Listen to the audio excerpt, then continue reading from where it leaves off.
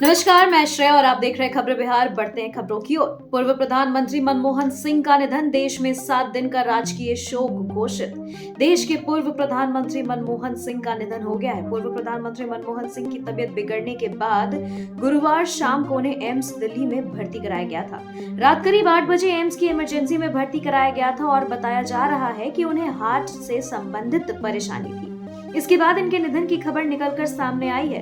पूर्व प्रधानमंत्री मनमोहन सिंह के पार्थिव शरीर को उनके आवास 3 मोतीलाल नेहरू मार्ग पर रख दिया गया है। वहीं भारत सरकार द्वारा 26 दिसंबर से 1 जनवरी तक पूरे भारत में 7 दिनों का राजकीय शोक मनाने का निर्णय लिया गया है। उसके बाद केरल सरकार ने जिला कलेक्टरों को पूर्व प्रधानमंत्री डॉक्टर मनमोहन सिंह के सम्मान में राष्ट्रीय ध्वज आधा झुकाने का निर्देश दिया है। मनमोहन सिंह के निधन पर लालू यादव ने जताया शोक, कहा व्यक्तिगत क्षति विरले ही मिलते हैं ऐसे नेता। पूर्व प्रधानमंत्री मनमोहन सिंह के निधन से राष्ट्रीय जनता दल के सुप्रीमो एवं बिहार के पूर्व मुख्यमंत्री लालू प्रसाद यादव ने दुख जताया है। उन्होंने कहा कि मनमोहन सिंह का जाना उनके लिए व्यक्तिगत क्षति है। पूर्व पीएम का स्नेह उन्हें मिलता रहा। लालू ने कहा कि मनमोहन सिंह जैसा नेता विरले ही मिल सकता है जिन पर कभी कोई आरोप नहीं लगा हो।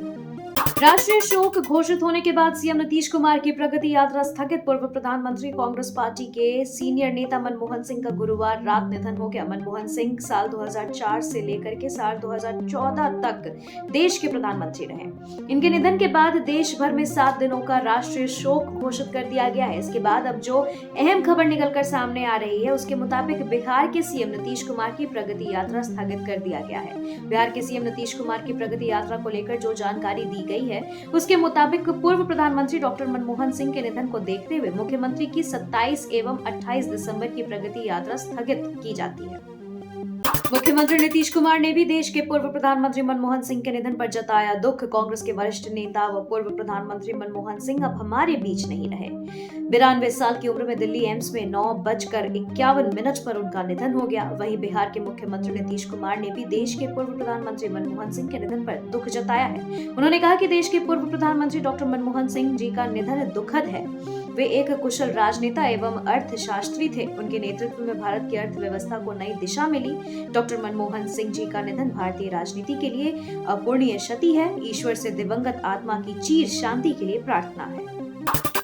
एलजेपीआर नेता हुलास पांडे के 3 ठिकानों पर ईडी की रेड। बिहार के बहुचर्चित पूर्व विधायक और बाहुबली कहे जाने वाले लोजपा नेता हुलास पांडे के ठिकाने पर एक साथ छापेमारी चल रही है। ये छापेमारी ईडी की टीम की तरफ से की जा रही है। सूचना के मुताबिक ईडी की टीम ने पटना के गोला रोड और बेंगलुरु समेत एक अन्य ठिकाने पर छापेमारी की है।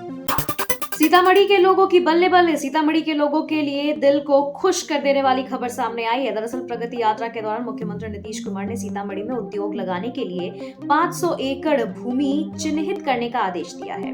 उस भूमि पर उद्योग लगाए जाएंगे जिससे यहाँ के लोगों को रोजगार मिलेंगे। बीपीएससी ने शिक्षक नियुक्ति परीक्षा के 3रे चरण का परिणाम किया जारी। बिहार लोक सेवा आयोग यानी बीपीएससी ने शिक्षा विभाग के उच्च माध्यमिक स्कूलों में योगदान के लिए तृतीय अध्यापक नियुक्ति परीक्षा का परिणाम जारी कर दिया है। 30 विषयों के लिए जारी परिणाम में 10 विषयों की 90% से अधिक सीटें रिक्त रह गई हैं। अनुसूचित जाति एवं जनजाति कल्याण विभाग के +2 स्कूलों में केमिस्ट्री और फिजिक्स विषय की सीटें के विरुद्ध भी एक भी योग्य अभ्यर्थी नहीं मिले हैं। प्रगति यात्रा पर मुजफ्फरपुर को सीएम नीतीश से बड़ी उम्मीद। मुख्यमंत्री नीतीश कुमार की शुक्रवार को प्रस्तावित प्रगति यात्रा के दौरान मुजफ्फरपुर को 1500 करोड़ रुपए के नए रिंग रोड की सौगात मिल सकती है। मुख्यमंत्री से इस रिंग रोड की घोषणा कराने की तैयारी की गई है। 21 किलोमीटर लंबा रिंग रोड मधौल से शुरू होगा जो NH-27 को दिघरा के पास, पूसा स्टेट हाईवे को मनिका के पास और दरभंगा 4 लेन को बखरी में जोड़ेगा। 4 लेन के इस रिंग रोड से शहर को जाम से मुक्ति मिलेगी, साथ ही नए इलाके की कनेक्टिविटी बढ़ेगी। बता दें कि बूढ़ी गंडक नदी पर मनिका के पास एक और पुल का निर्माण कराया जाएगा। मुशहरी प्रखंड के नरौली पंचायत में नीतीश कुमार प्रगति यात्रा पहुंचेंगे और जिले को करोड़ों की योजनाओं की सौगात देंगे। बिहार में सरकारी कर्मचारियों पर सख्ती, संपत्ति ब्यौरा नहीं देने पर 15 फरवरी 2025 के बाद वेतन पर रोक। बिहार में सरकारी कर्मचारियों और पदाधिकारियों के वेतन पर रोक लग सकती है। सरकार के सामान्य प्रशासन विभाग में इसे लेकर हलचल तेज है। विभाग ने इसे लेकर निर्देश जारी किया है और बताया कि बिहार में काम कर रहे सरकारी कर्मियों को किन कामों को हर हाल में समय पर रहते पूरा कर लेना होगा। बिहार के सरकारी कर्मियों को अपनी चल अचल संपत्ति और दायित्वों का ब्यौरा जमा करना है। 15 फरवरी 2025 तक इसके लिए समय मिलेगा। 15 फरवरी तक इसका ब्यौरा नहीं देने वाले पदाधिकारियों और कर्मचारियों का वेतन भुगतान रोक दिया जाएगा। वहीं बिहार संवर्ग के आईएएस अफसरों, प्रतिनियुक्ति पर तैनात अधिकारियों के लिए भी यह निर्देश जारी हुआ है। मुजफ्फरपुर सीतामढ़ी एनएच पर हादसे में आएगी कमी। मुजफ्फरपुर सीतामढ़ी एनएच पर आए दिन हादसे होते रहते हैं। प्रशासन ने एनएच 77 पर सड़क हादसे में कमी लाने को लेकर अब कमर कस ली है। इसके लिए अब एनएच 77 पर विशेष पेट्रोलिंग की जाएगी। इसको लेकर जिले में 3 गश्ती पार्टी का गठन किया गया है। अपर पुलिस महानिदेशक यातायात के निर्देश के आलोक में एसएसपी राकेश कुमार ने पेट्रोलिंग पार्टी का गठन किया है। छात्रों के प्रदर्शन के बीच बीपीएससी का बड़ा ऐलान, किसी भी हाल में रद्द नहीं होगी परीक्षा। बिहार लोक सेवा आयोग की 70वीं संयुक्त परीक्षा में धांधली का आरोप लगा। अभ्यर्थी जहां पूरी परीक्षा को ही रद्द करने की मांग कर रहे हैं, वहीं आयोग ने भी इस मुद्दे पर आमने सामने आ गया है। शुक्रवार को एक निजी न्यूज चैनल से बात करते हुए बीपीएससी के परीक्षा नियंत्रक राजेश कुमार सिंह ने कहा कि संयुक्त परीक्षा किसी भी हाल में रद्द नहीं की जाएगी।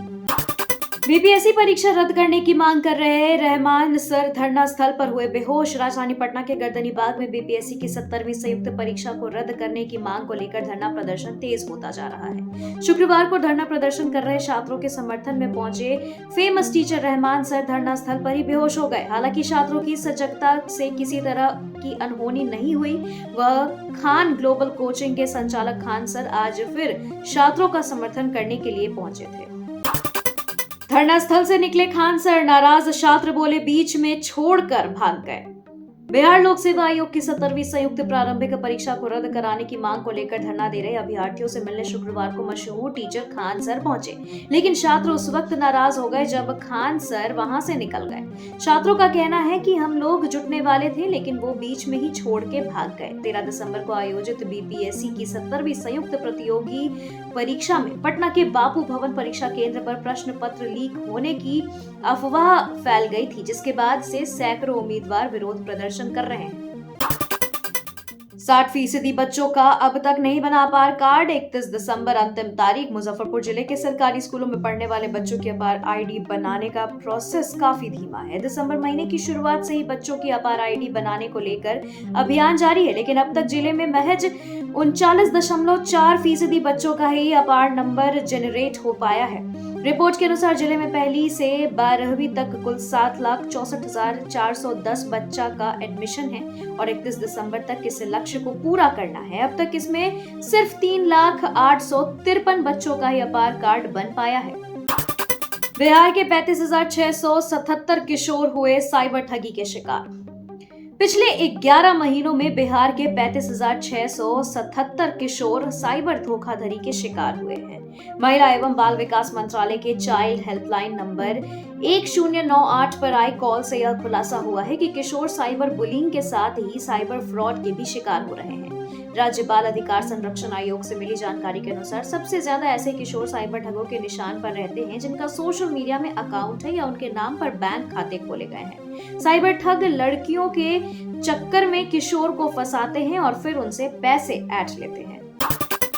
विकास के नए आयाम, शिक्षा, रोजगार और महिलाओं के उत्थान पर फोकस। मुख्यमंत्री ने कहा 2006 के बाद बिहार में हर क्षेत्र में विकास हुआ है। सड़कों और पुलों के निर्माण से आवागमन आसान हुआ है और सीतामढ़ी जैसे क्षेत्र पूरे साल राज्य से जुड़े रहते हैं। शिक्षा में सुधार के लिए साइकिल योजना, पोशाक योजना और शिक्षकों की बहाली में अहम भूमिका निभाई है। महिलाओं को 50% आरक्षण और पुलिस व सरकारी नौकरियों में 35% आरक्षण देकर सशक्त बनाया गया है। जीविका समूहों से 1.31 करोड़ महिलाएं जुड़ी, जिससे उनकी आर्थिक स्थिति मजबूत हुई। जाति आधारित गणना के तहत 94 लाख गरीब परिवारों को 2 लाख की सहायता दी जा रही है। सरकारी नौकरियों और रोजगार के लक्ष्य को 2025 तक पूरा करने की प्रतिबद्धता जताई गई। गिरिराज की भारत रत्न देने पर जेडीयू का जवाब। केंद्रीय मंत्री गिरिराज सिंह द्वारा मुख्यमंत्री नीतीश कुमार को भारत रत्न देने की मांग पर जेडीयू ने साफ किया कि नीतीश कुमार को किसी पुरस्कार की आवश्यकता नहीं है। जेडीयू के प्रवक्ता नीरज कुमार ने कहा कि नीतीश कुमार का व्यक्तित्व इतना बड़ा है कि वे किसी पुरस्कार के मोहताज नहीं है। उन्होंने कहा कि नीतीश कुमार को ग्लोबल लीडर और ग्लोबल थिंकर जैसे पुरस्कार मिल चुके हैं। उनकी ईमानदारी और निष्ठा से बिहार का विकास हुआ है। कोरोना काल में प्रवासी बिहारियों को घर पहुंचाने और महिला उत्थान, शराबबंदी और पर्यावरण संरक्षण के कार्यों के लिए भी उन्हें सराहना और पुरस्कार मिले हैं। जेडीयू ने भी ये भी कहा कि नीतीश ने कभी किसी पुरस्कार के लिए आवेदन नहीं दिया। उनका काम ही उनकी पहचान है। बिहार में 101 डीएसपी को मिली नई पोस्टिंग। बिहार पुलिस में 101 नवप्रणोत डीएसपी को गृह विभाग ने नई पोस्टिंग दी है। पटना को 3 नए डीएसपी मिले, जिनमें संजीत कुमार सिन्हा, नंदकिशोर प्रसाद सिंह और संजय कुमार सिन्हा शामिल हैं। सीआईडी में 18 डीएसपी, एसटीएफ में 4 और ईओयू में 3 अधिकारियों को तैनात किया गया है। खगड़िया, कैमूर, बक्सर और बेगूसराय में नए ट्रैफिक डीएसपी नियुक्त हुए हैं। विशेष अपराध इकाई में शशि भूषण सिंह और उदय शंकर समेत 9 डीएसपी को जिम्मेदारी दी गई। यह पोस्टिंग अपराध नियंत्रण और प्रशासनिक दक्षता को बढ़ाने के लिए की गई है। राहुल गांधी का बिहार में रैली की तैयारी। बिहार विधानसभा चुनाव 2025 से पहले कांग्रेस राहुल गांधी का पटना लाने की तैयारी में है। पार्टी ने जनवरी मध्य से फरवरी के बीच उनके कार्यक्रम का प्रस्ताव बनाया है। राहुल गांधी की रैली फरवरी में गांधी मैदान में आयोजित करने की योजना है। बता दें कि लोकसभा चुनाव में 3 सीटें जीतकर उत्साहित कांग्रेस विधानसभा चुनाव में मजबूत उपस्थिति चाहती है। पार्टी स्थानीय नेताओं की सहमति के बाद प्रस्ताव को एआईसीसी को भेजेगी। वहीं नीतीश कुमार को लेकर राजनीतिक चर्चाओं के बीच यह कदम कांग्रेस की चुनावी रणनीति को और धार देने का प्रयास माना जा रहा है। जगदानंद सिंह की राजद अध्यक्ष पद से इस्तीफे की तैयारी। राजद प्रदेश अध्यक्ष जगदानंद सिंह इन दिनों वर्क फ्रॉम होम कर रहे हैं और पार्टी कार्यों पर नजर रखने के लिए सीसीटीवी फुटेज का उपयोग कर रहे हैं, जबकि आधिकारिक रूप से वे अस्वस्थ होने का दावा कर रहे हैं। अंदरूनी सूत्रों का कहना है कि वे अध्यक्ष पद से इस्तीफा देना चाहते हैं। उनका दूसरा कार्यकाल अगले साल सितंबर में खत्म हो रहा है और पार्टी में उनके पद को लेकर स्थिति स्पष्ट नहीं है। हालांकि यह भी चर्चा है कि वे तीसरी बार प्रदेश अध्यक्ष बनने की योजना बना रहे हैं, लेकिन फिलहाल पद पर बने रहने की इच्छा शक्ति नहीं दिखा रहे हैं। लालू यादव नहीं चाहते थे मनमोहन सिंह बने प्रधानमंत्री। डॉक्टर मनमोहन सिंह का नाम भारतीय राजनीति में खास स्थान रखता है, लेकिन उनके प्रधानमंत्री बनने के पीछे एक रोचक कहानी छुपी हुई है। बता दें कि 2004 में राजद सुप्रीमो लालू यादव नहीं चाहते थे कि मनमोहन सिंह प्रधानमंत्री बने। उनका मानना था कि सोनिया गांधी को प्रधानमंत्री बनाना उनकी विचारधारा की जीत होगी। हालांकि सोनिया गांधी ने उन्हें समझाया और अपनी आत्मकथा में लालू ने लिखा है कि सोनिया के आग्रह पर उन्होंने मनमोहन सिंह को समर्थन देने का फैसला किया। सोनिया गांधी के साथ मनमोहन सिंह उनके घर आए और अंततः लालू ने उनके प्रधानमंत्री बनने पर सहमति दी। सीएम नीतीश के स्थगित हुए प्रगति यात्रा को लेकर नया डेट शीट जारी। मुख्यमंत्री नीतीश कुमार की प्रगति यात्रा का कार्यक्रम स्थगित हो गया है। शुक्रवार को मुजफ्फरपुर में उनकी यात्रा होनी थी। शनिवार को हाजीपुर में सीएम प्रगति यात्रा पर जाने वाले थे, लेकिन पूर्व प्रधानमंत्री मनमोहन सिंह के निधन के कारण 7 दिनों का राष्ट्रीय शोक घोषित किया गया है और इसे लेकर सीएम की प्रगति यात्रा का कार्यक्रम स्थगित हो गया है। अब इस कार्यक्रम को लेकर नया डेट भी जारी कर दिया गया है। दरअसल मंत्रिमंडल सचिवालय की तरफ से नई तारीख को लेकर डेट जारी हुआ है और इस पत्र के अनुसार सीएम की प्रगति यात्रा की तरह मुजफ्फरपुर का कार्यक्रम अब नए साल यानी 5 जनवरी को किया जाएगा। इसके अलावा वैशाली का कार्यक्रम भी अब 6 जनवरी को किया जाएगा। टाटा स्टील के एमडी रहे बी मुथुरमन ने साझा की डॉक्टर मनमोहन से जुड़ी बातें। टाटा स्टील जब अपना 100वां वर्षगांठ मना रहा था, उस वक्त मुख्य अतिथि के रूप में डॉक्टर मनमोहन सिंह उस कार्यक्रम में शामिल हुए थे। कंपनी के शताब्दी वर्ष के समय Tata steel MD B Muthuraman ही थे। वे ही उन्हें इस कार्यक्रम में आमंत्रित करने दिल्ली गए थे। उन्होंने अपनी यादें साझा की है। उन्होंने कहा कि जब जब भी मिले तब टाटा स्टील और जमशेदपुर के मजदूरों के बारे में जरूर पूछा। पूर्व एमडी बी मुथुरमन आगे कहते हैं कि डॉक्टर मनमोहन सिंह का व्यक्तित्व बहुत ही साधारण था।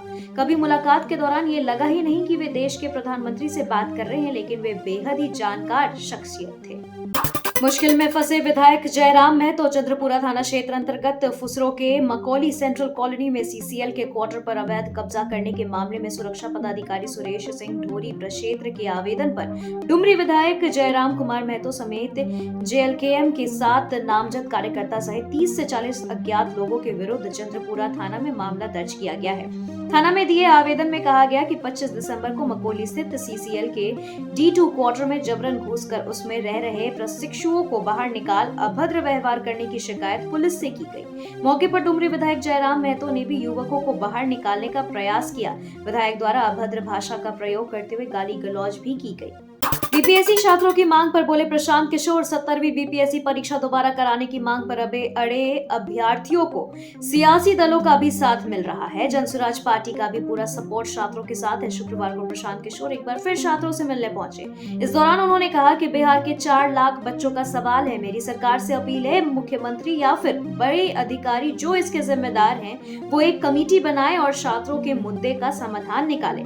साथ ही प्रशांत किशोर ने कहा कि जब भी छात्र मार्च निकालेंगे वे उसमें निश्चित रूप से शामिल होंगे। वहीं दूसरी तरफ बीपीएससी अभ्यर्थियों के मार्च का नेतृत्व करने की पीके की घोषणा के बाद उनके शेखपुरा आवास पर पुलिस पहुंची।